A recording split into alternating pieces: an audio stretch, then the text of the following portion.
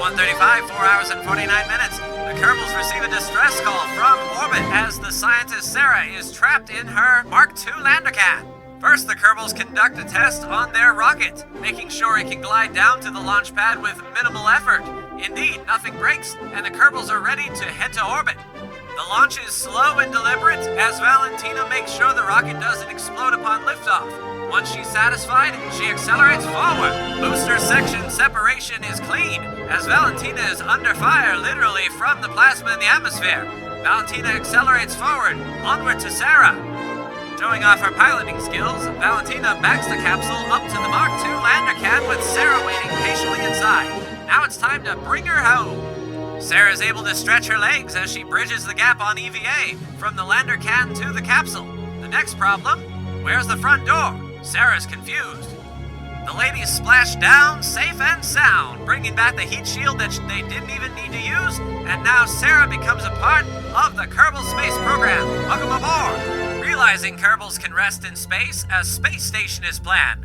Will they be successful? Stay tuned in this episode of Kerbal Space Program to find out. Hello again, ladies and gentlemen, Saka here, and welcome back to another episode of Kerbal Space Program. And when we last left off, we rescued a poor scientist from the orbit of Kerbin, Sarah, and now we need to actually recruit a few more. Idrin, the scientist, sure. Go ahead and suit up there, Idrin. And we just need some more scientists. Theo Bart, go ahead.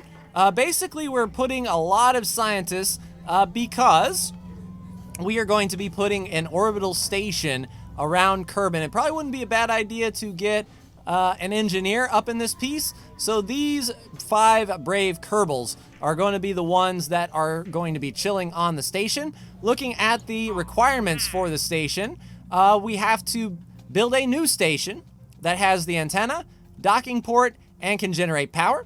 It needs to support at least 5 Kerbals, so some lander cans or some habitation modules or the science workshop thingamajig. We'll make sure to have that.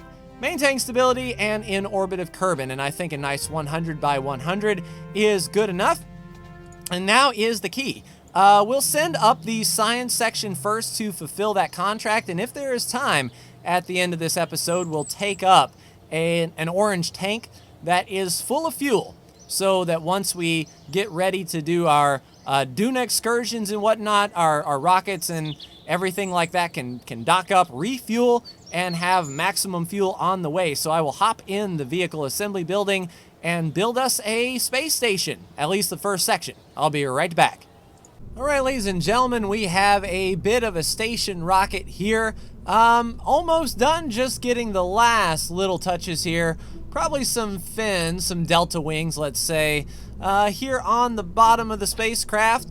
So essentially what we have here is the hitchhiker with docking. We have on the bottom of the space station a docking port there as well. We have our processing lab here, 4 gigantic solar panels. Above in our service bay, we have a few experiments, the thermometer and the goo, as well as 2 400 capacity batteries. We have the copula module with the 2 antenna, and that should satisfy everything we need to get on the station with. The lifter section is got this service bay in here powered by this drone, and we've sort of asparagus staged. These outers are going to run out of fuel really quick because they're providing fuel to these guys. Then these guys run out, providing fuel to the center, and overall we'll have 500 meters a second at 1.33, 600 meters a second at 1.25. Then this is our circularization and our big boy right here, 2,600 meters a second with 500 thrusts to get the job done and get this in a parking orbit. Hopefully we will be able to decouple this once this is in a 100 by 100 and deorbit this thing. We've got some drogue chutes on the fuel tank here, as well as parachutes, separatrons that will detach the tops of these and get them to fly away, while also triggering the parachutes, seeing if we can recover that. So let's see if we can launch this thing and see what happens here. Launch pad is ready. Hey, our service bay is open. Close that up. So Pretty big lifter stage. Half of the rocket is this space station. I don't know if we're going to have the steering authority. That's why I put the skipper down here and the swivel engines to help us sort of steer the correct way. Full throttle in 3, 2, 1, go. Good lift. Let's go ahead and start tilting on over. We do have SAS from that drone. Or rather the automated module here. And once we get up to speed, we will see if those outside tanks behave as intended. We'll be going slow enough that the parachutes should indeed make sure this thing falls gently to the surface. There we go, parachute out. Separatrons fire and run out. And then hopefully they will land safe and sound. Hopefully they're within still physics range so that the parachutes deploy and they set on the ground nice and easy. So 450 meters a second, still going full speed. I mean, this thing is a beast monstrosity, that is for sure, but we are definitely pumping a lot of fuel into the center. We're going to have a full center tank. We just need as much speed as we can muster here, lifting this massive space station up. Granted, it's not, you know, oh, I think they did land in the water. How cool is that? All right, good separation. We still have acceleration. The parachute's fired. And hopefully, this will be enough to take us to orbit. Still have a good positive climb. We're almost out of the middle of the atmosphere, so I'm going to go ahead and continue my ascent and be with you for the circularization burn. All right, 23 seconds is the burn time here. 5, 4, go. Now this should leave us with about 600 meters a second of delta V, which should be enough to get us into a 100 by 100, I would assume, and hopefully enough to deorbit the rest of this rocket here. We definitely don't want to be leaving a massive honkin' chunk in orbit if we can help it. Hopefully our lifter section landed peacefully at the KSC and we can recover that. But yeah, we're making really good time. Now that we're in a vacuum, the rocket is behaving even better, which is to be expected. All right, we'll slow this right down so we don't miss our mark here. Leaves us with 700 meters a second or so, which is fine with me. 20, 10, cut. All right, so I don't believe we are going to fall back into the surface. That's what that little flip was. We'll extend all of our solar panels up. And I think that actually fulfilled the contract. Contract complete. So there we go. We have a quote-unquote orbital station around Kerbin. It's not exactly where we would like it, but we got $179,000. So now it's just up to us to put it where we want it to go. Now, if we were to make this a 100 by 100, what kind of maneuver are we going to have to do, and will we have enough delta V to do it, is the question. No, don't set that as the target. Unset the Mimus debris. We want our maneuver node, please. We want to get up to 100K if we can. It's a nice round number. Oh, that's 248. Okay, so it looks like we definitely will have enough to get up to a 100K orbit and then some. Yeah, that's 184. 153. 141. Nice. I like the fact that we don't have to go ham. 135. 123. I think what I want to do is actually, I mean, that's close. 0.8 seconds. So what that tells me is we are going to warp to about right here, just point prograde, and very gingerly squeeze the throttle out. So we actually don't need our maneuver node. We have our time to periaps right here. So let's just warp here. will spin around nice and easy. All right, and there we go. There's periaps, or nearly periaps. We have about a minute to get this thing orientated, pro grade. It would be nice if this probe knew how to automatically rotate to pro grade, but, you know, beggars can't be choosers. And then we will just simply boop. All right, so 36 seconds until we get there. We are pointing pro grade. We'll go ahead and turn SAS on. And what happens if we 85, 86, 7, 8, 9, 90. 1, 2, 3, 4, 5, 7, 8, 9. Little bit of a squeeze, but 100 and then 123 extra meters. So that's it. Our apoaps is high enough for 100K. We'll just do the same thing on this other side. Shouldn't be too, yeah, just how long? 0.6 second full speed burn. Just 18 meters a second or so. So we can roll with that. Yeah, 18 meters a second. We can definitely do that. We'll need some time to flip around. Let's actually go ahead and do that now. Because we know when we get to the other side of the planet, our prograde marker is actually going to be the retrograde and vice versa. So by the time we get to the other side, this retrograde marker over here is actually going to be prograde. So I'll go ahead and flip around, circularize, and then be with you for the detachment. All right, close enough for government work. 100,000 and 129 meters by 100,000 and 235 meters. So now we are ready to decouple this bad boy and send our intrepid Kerbals on their way. I'll go ahead and point at prograde for the separation, and this will be a whole lot easier to control whenever we get rid of this science station. All right, there we go, and good separation. So there they go. Hopefully this will fly away. Yes, indeed. So we've got our antennas here. We have our science. We have Sarah, Nelman, Theobart, Idrin, and Kaner on board.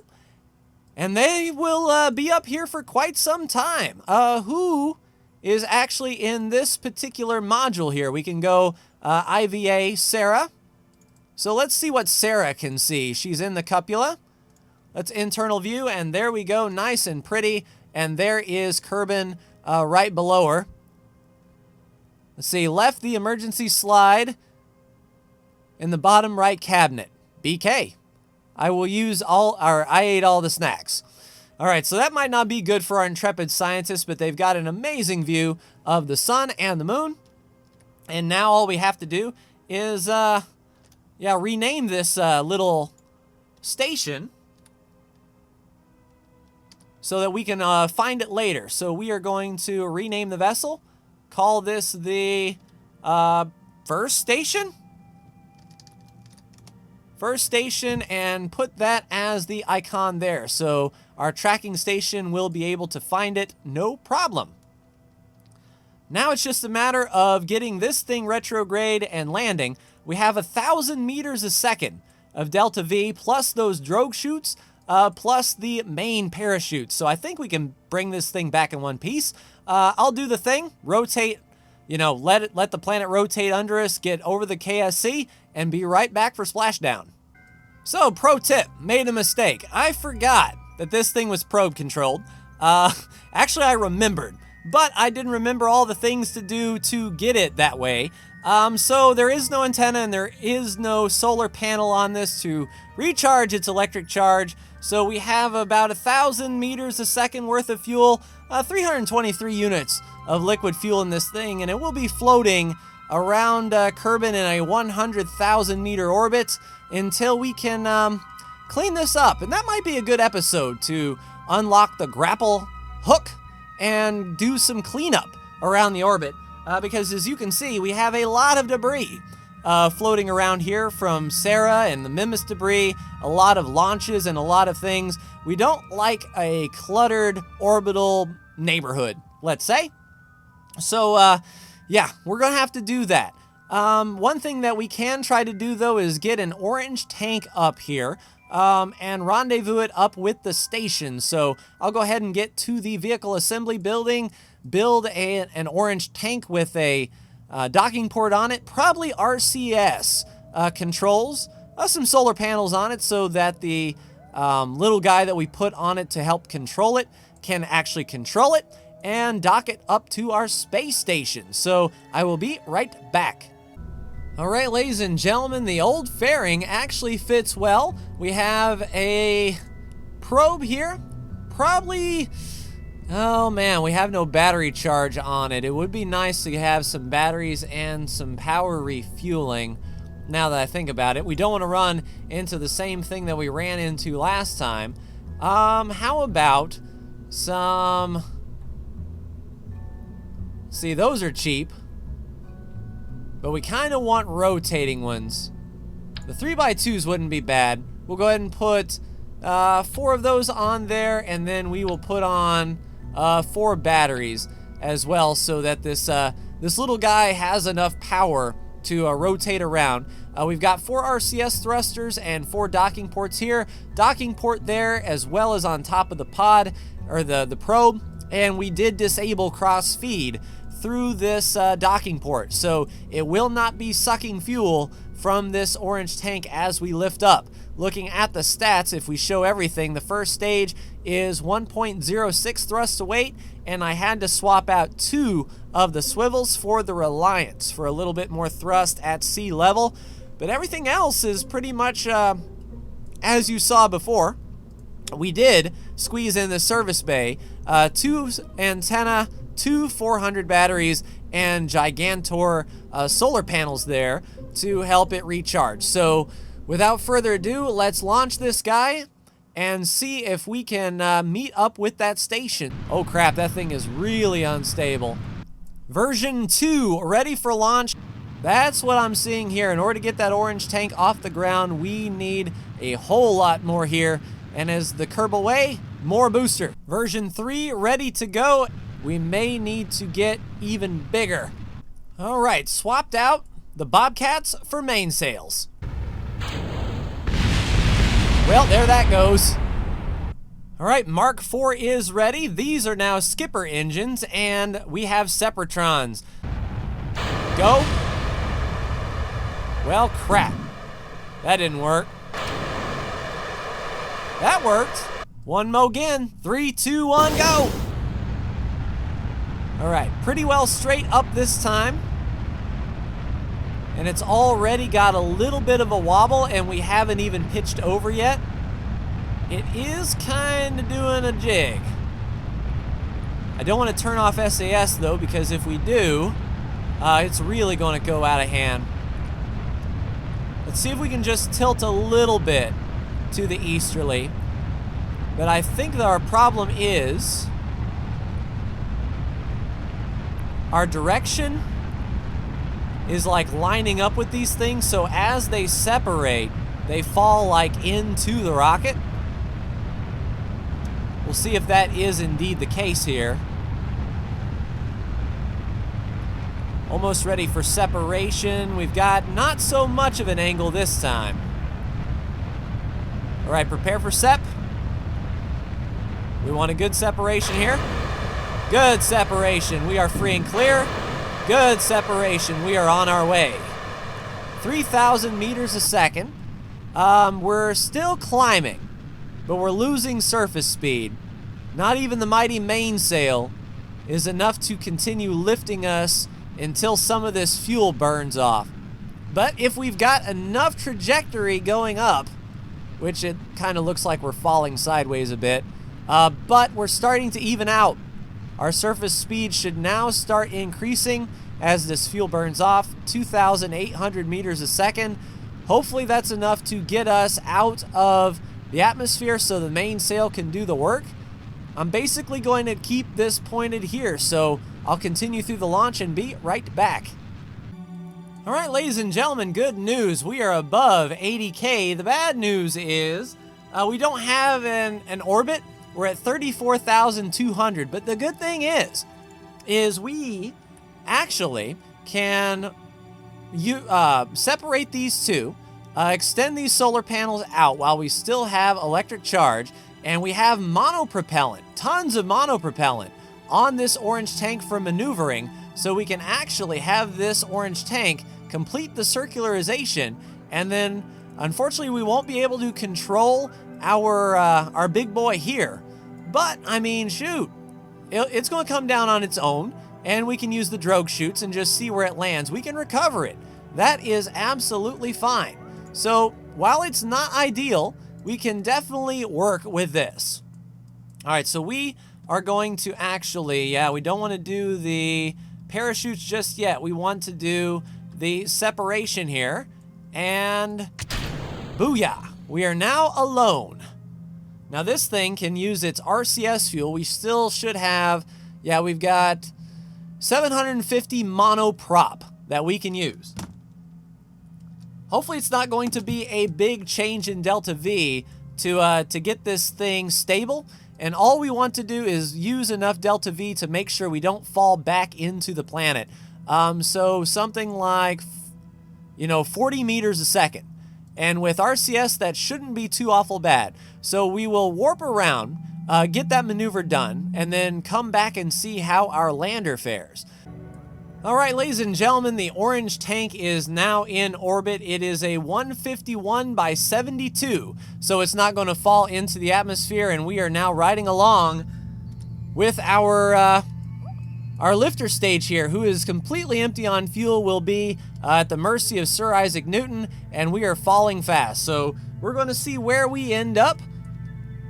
Luckily, we'll be sort of on the daylight side, and then once we interact with the atmosphere here, we'll start pulling in our solar panels to make sure we have enough electric charge. 810, I believe so. All right, let's retract these solar panels and get down, and I'll be with you for the landing. All right, coming down over the desert, we're pretty quick. Drogue chutes deploy. Hopefully they'll go out. Drogue chutes. There they go. Slow us down, slow us right down. Big parachutes drop right before the 1,000 meter mark, and we're sort of in the desert. But 10 meters.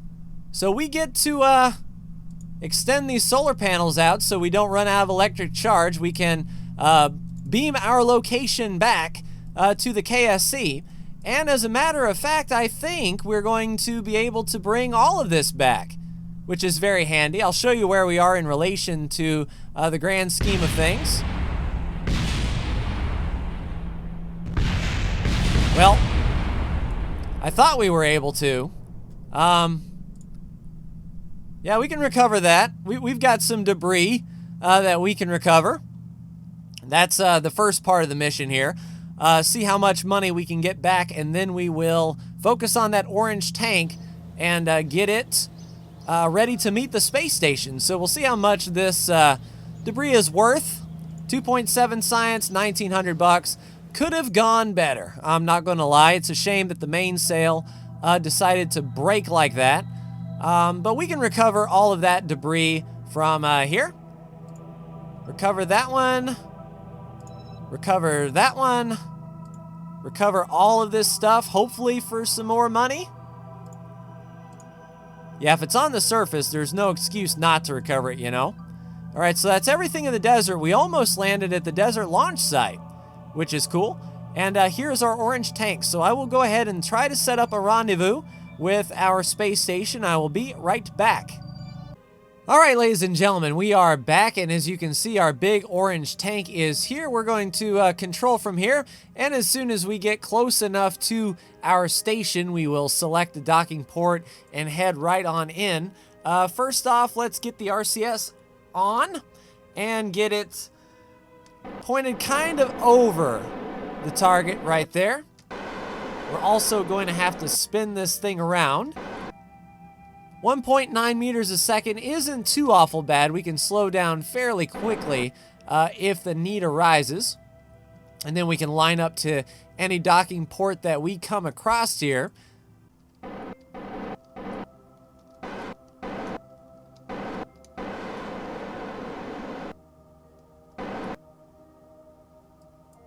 And connected. Outstanding. So we now have an orange tank connected up to our space station with 5 bold Kerbals on board. Let's go ahead and extend these solar panels, sure, because why not? But a pretty good episode for us. I don't know what we can do as far as science, but we can start some research. I don't exactly know what kind of science we're going to get a day. It looks like 0.000 science per day. Let's see, level up crew. Nope, no one is ready to gain experience. So maybe as these scientists do the research, they'll be able to level up and get us more science per day. But that is all well and good, but that will do it for me. Ladies and gentlemen, of this episode of Kerbal Space Program, like, share, and subscribe. If you are so bold, thank you so much for tuning in, and I will see you for the next Kerbal Space Program video. Take care.